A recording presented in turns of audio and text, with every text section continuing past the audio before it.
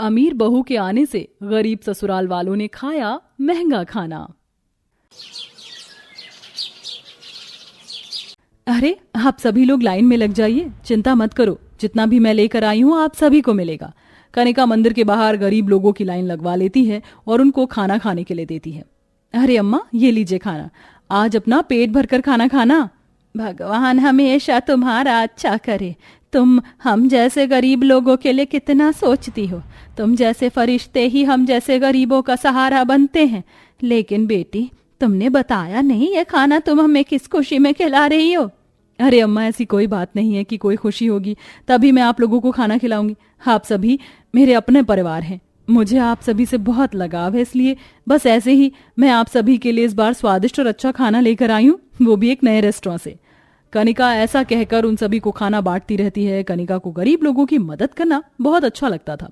वो हर दूसरे तीसरे दिन गरीब लोगों को खाना खिलाने कभी मंदिर पहुंच जाती तो कभी किसी अनाथालय पहुंच जाती। इसी तरह वह हमेशा गरीब लोगों की मदद करती रहती। एक दिन उसके माता पिता उससे कहते हैं, बेटी, मैं एक बिजनेसमैन हूँ और हमेशा यही सोचता हूँ कि मेरा परिवार कभी दुखी ना हो और कभी उन्हें पैसों की कोई कमी नहीं होनी चाहिए। लेकिन मुझे ये समझ नहीं आता कि हर महीने तुम्हारे अकाउंट से 1-2 लाख रुपए खाने के ऊपर कैसे खर्च हो रहे हैं।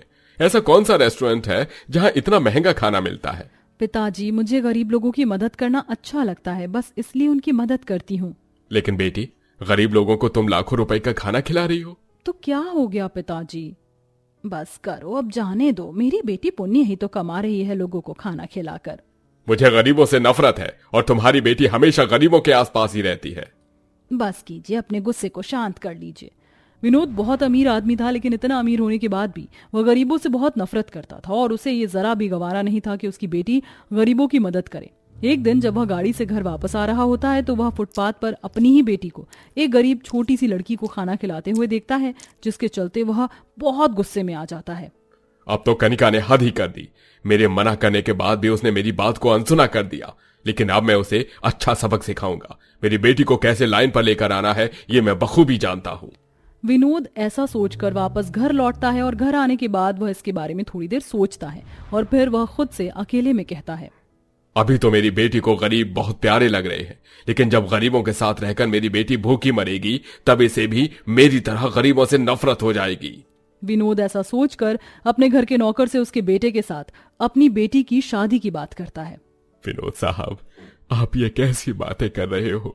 कहाँ मैं एक मामूली सा माली और कहाँ आपकी राजकुमारी जैसी बेटी, और मेरा बेटा तो कोई अच्छी नौकरी भी नहीं करता। आपकी बेटी मेरे घर में कैसे खुश रह सकती है? ये तुम तय नहीं करोगे, मैं करूंगा। मैंने कह दिया ना, मुझे तुम्हारे बेटे से अपनी बेटी की शादी करवानी है तो बस करवानी है। विनोद ऐसा कहकर गुस्से में अपनी बेटी की शादी जबरदस्ती अपने ही घर के माली के बेटे से करवा देता है, जो एक छोटी सी फैक्ट्री में काम करके अपने घर का गुजारा करता था। अरे बारिश शुरू होने लगी कनिका मैडम, तुम तो भीग जाओगी। कोई बात नहीं, कितनी दूर रह गया है तुम्हारा घर? बस थोड़ी देर में पहुंच जाएंगे। रिक्शा वाले भैया थोड़ा जल्दी चलाओ, बारिश होने लगी है। हाँ हाँ भाई, बस थोड़ी देर में पहुंचा दूंगा तुम्हारी जगह पर। रिक्शा वाला उन्हें एक छोटे से टूटे फूटे घर के बाहर लाकर रिक्शे से उतारता है। भाई साहब, तुम्हारे 20 रुपए हो गए, 10 रुपए सवारी के हिसाब से। ये लो भैया, यहाँ तक लाने के लिए आपका बहुत बहुत शुक्रिया। बारिश में भीगते हुए जैसे तैसे कनिका घर के दरवाजे तक पहुंच जाती है। अरे बेटा, तू बहू को ले आया? हाँ माँ, मैं कनिका मैडम को ले आया। आ जाओ कनिका मैडम, घर के अंदर आ जाओ। कनिका घर के अंदर आती है। वह घर इतना छोटा होता है कि अंदर घुसते ही खत्म हो जाता है। पिताजी ने पता नहीं क्या सोचकर मेरी शादी यहाँ कर दी। आखिर उन्होंने ऐसा क्यों किया? कहीं मैं उनकी सौतेली बेटी तो नहीं थी? खैर जो भी हो, अब तो यही गरीब परिवार मेरा ससुराल है और मुझे यहीं पर रहना है, फिर चाहे जैसे भी रहना है। अरे कनिका बेटी, आओ अंदर आओ। जी पिताजी। कनिका और मोहित अंदर आकर बैठ जाते हैं। तभी सुदेश कहता है, मुझे पता है तुम क्या सोच रही हो। यही ना कि इस घर से बड़ा तो तुम्हारा बाथरूम था। मुझे माफ करना बेटी, तुम्हारे पिता का मैंने जिंदगी भर नमक खाया है। मैंने उनसे तुम्हारी शादी के लिए बहुत इनकार किया, लेकिन मेरी नहीं चली। कनिका ये सब सोच रही थी कि तभी उसकी नंद उससे कहती है, भाभी जी, आप तो पूरी गीली हो गई हो बारिश से, मैं आपके लिए कपड़े निकाल देती हूँ। हाँ जरूर, लेकिन उससे पहले मुझे भूख लगी है, कुछ खाने को मिलेगा? हाँ बहू, क्यों नहीं। जाओ प्रियंका, अपनी भाभी के लिए कुछ खाने को ले आओ। प्रियंका रसोई में जाती है तो उसे सूखी रोटी के अलावा कुछ नहीं मिलता। ये लो भाभी रोटी, प्याज के साथ खा लो। ये क्या, सूखी रोटी प्याज के साथ? ऐसे तो मेरे पेट में दर्द हो जाएगा। सब्जी नहीं है क्या घर में? अब तो खाना एक ही बार बनेगा रात को। कनिका देखती है कि उसके ससुराल में गरीबी के चलते सिर्फ 2 वक्त का खाना बनता है, सुबह और शाम। बाकी अगर घर वालों की कोई चीज खाने की इच्छा भी होती तो उन्हें अपने मन को मारना पड़ता। उस रात प्रियंका अपनी भाभी से सोते हुए पूछती है, भाभी आपने तो बहुत शानदार खाना खाया होगा, आपको तो यहाँ का खाना भी पसंद नहीं आ रहा होगा। आपके वहाँ महल जैसे घर में कैसा कैसा खाना खाने को मिलता है?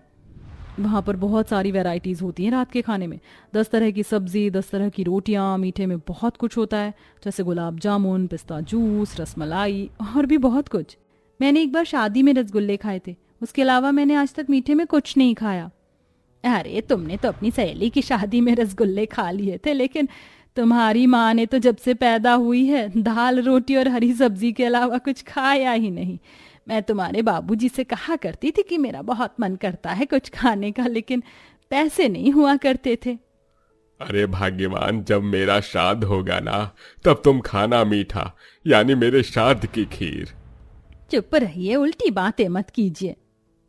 हाँ माँ, पहले तो घर खर्चे लायक पैसे होते थे, लेकिन अब तो इतने पैसे भी नहीं होते कि घर खर्च पूरा हो सके। ऊपर से राशन हमेशा खत्म रहता है। हम तो कुछ अच्छा बुरा बना भी नहीं सकते। मुझे तो ये ख्याल ही नहीं था गरीब लोग कैसे कैसे गुजारा करते हैं, कितनी परेशानियों का सामना करते हैं। और एक मेरे पिताजी हैं, अमीर होने का उनके अंदर इतना घमंड है कि गरीबों को कुछ समझते ही नहीं। लेकिन मैं अपने ससुराल वालों को अमीर खाना जरूर खिलाऊंगी। ऐसे ही कुछ हफ्ते बीत जाते हैं कि तभी कनिका अपने गरीब परिवार वालों को बाहर का लग्जरी खाना खिलाने के लिए एक बहुत बड़े रेस्टोरेंट में लेकर जाती है। हे भगवान, कितना बड़ा रेस्टोरेंट है, कितना खूबसूरत है। यहाँ की एक एक चीज कितनी खूबसूरत है। खाने की कितनी अच्छी अच्छी खुशबू आ रही है। यहाँ कितने हाई फाई लोग हैं, सब अमीर हैं। अरे बहू, ये तुम्हारे पिता जैसे अमीर लोगों के आने की जगह है, हमारे जैसे नहीं। मुझे यहाँ कुछ अच्छा नहीं लग रहा है, चलो वापस घर चलते हैं।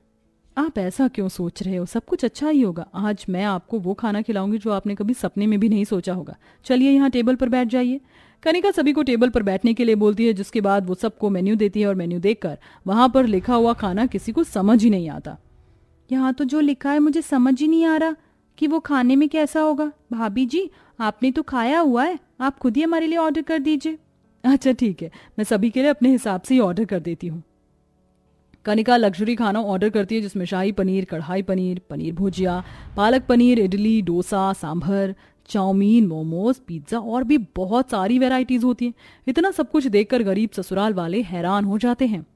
अरे बहू, इतना सारा खाना मंगवाने की क्या जरूरत थी? इतना तो हम खा भी नहीं पाएंगे। हाँ मैडम जी, ये बहुत ज्यादा हो गया है। मोहित जी, मैं आपकी मैडम नहीं, अब आपकी बीवी हूँ। आप मुझे मेरे नाम से बुलाया कीजिए। और ये खाना आप सभी के लिए, आप सब थोड़ा थोड़ा खाओगे तो सारा खत्म हो जाएगा। बहुत सही कह रही है।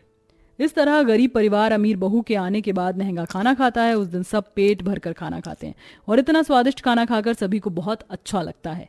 आज तो दिल खुश हो गया। मेरा सच में इतना महंगा खाना खाने की ख्वाहिश भी नहीं थी कि, लेकिन अमीर बहू के आते इतना महंगा खाना खा भी लिया। यह सुनकर कनिका खुश होती है, जिसके बाद में पेमेंट करने जाती है, लेकिन उसका कार्ड ब्लॉक हो जाता है। ये कार्ड तो ब्लॉक है, ऐसा कैसे हो सकता है? ये मेरा पर्सनल कार्ड है, आप दोबारा कोशिश कीजिए। दोबारा कोशिश करने के बाद भी कार्ड ब्लॉक ही होता है, जिसके चलते कनिका बहुत ज्यादा परेशान हो जाती है। हे भगवान, अब मैं क्या करूं? इतना महंगा खाना तो खिला दिया अपने ससुराल वालों को, लेकिन लगता है पिताजी ने गुस्से में मेरा कार्ड भी ब्लॉक करवा दिया। कनिका को कुछ समझ नहीं आ रहा था। वो अपने किसी दोस्त को फोन करके मदद मांगती है, जिसके चलते उसका कोई दोस्त होटल की पेमेंट कर देता है। वह अपने ससुराल वालों के साथ वापस घर आ जाती है। चलो, पहली बार हमें इतना महंगा खाना खाने को मिल गया, वो भी बस मेरी इन प्यारी सी भाभी के कारण। चिंता मत करो प्रियंका, तुम्हारी शादी मैं बहुत अच्छे घर में करूंगी, जहां तुम्हें रोज ऐसा ही खाना मिले। सभी हंसने लगते हैं कि तभी वहां विनोद आ जाता है। वह अपनी बेटी कनिका को गरीब परिवार में इतना हंसी खुशी देखकर हैरान हो जाता है। इतनी गरीबी में तुम इतने प्यार प्रेम से कैसे रह सकती हो, जहां खाने को एक दाना तक नहीं? ये होती है गरीबों की लाचार बेबस जिंदगी। पिताजी, आपको क्या लगता है कि मुझे कुछ पता नहीं है? आपने मेरा कार्ड भी ब्लॉक करवा दिया। खैर कोई बात नहीं, आपको जो करना था आपने कर दिया।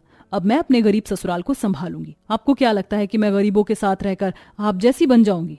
शायद ये आपको गलत लगता है। मैं कभी नहीं बदलूंगी, क्योंकि गरीबी अमीरी ये बाहरी एक अवस्था है, इससे इंसान का दिल नहीं बदलता। मैं खुद जॉब करूंगी और अपने इस प्यारे से ससुराल को खुश रखूंगी। यह सुनकर विनोद को अपनी गलती का एहसास होता है।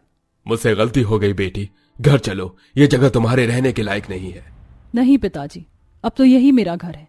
आपने अपनी खुशी से मेरी शादी यहीं की थी, मैंने भागकर नहीं की। मैं मरते दम तक इस शादी को निभाऊंगी। मैं आशा करती हूँ आपका घमंड भी अब खत्म हो चुका होगा। अब आप अपने घर जाइए, माँ इंतजार कर रही होंगी।